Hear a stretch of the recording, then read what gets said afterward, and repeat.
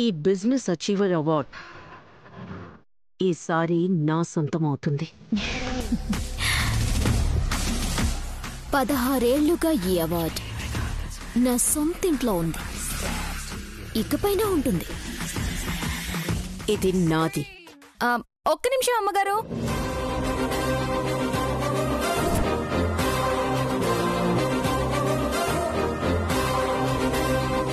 ఈ అవార్డు మీకు కాదు, గాయత్రి గ్రూప్ ఆఫ్ కంపెనీస్ చైర్మన్కి వస్తుంది. అంటే నాకు.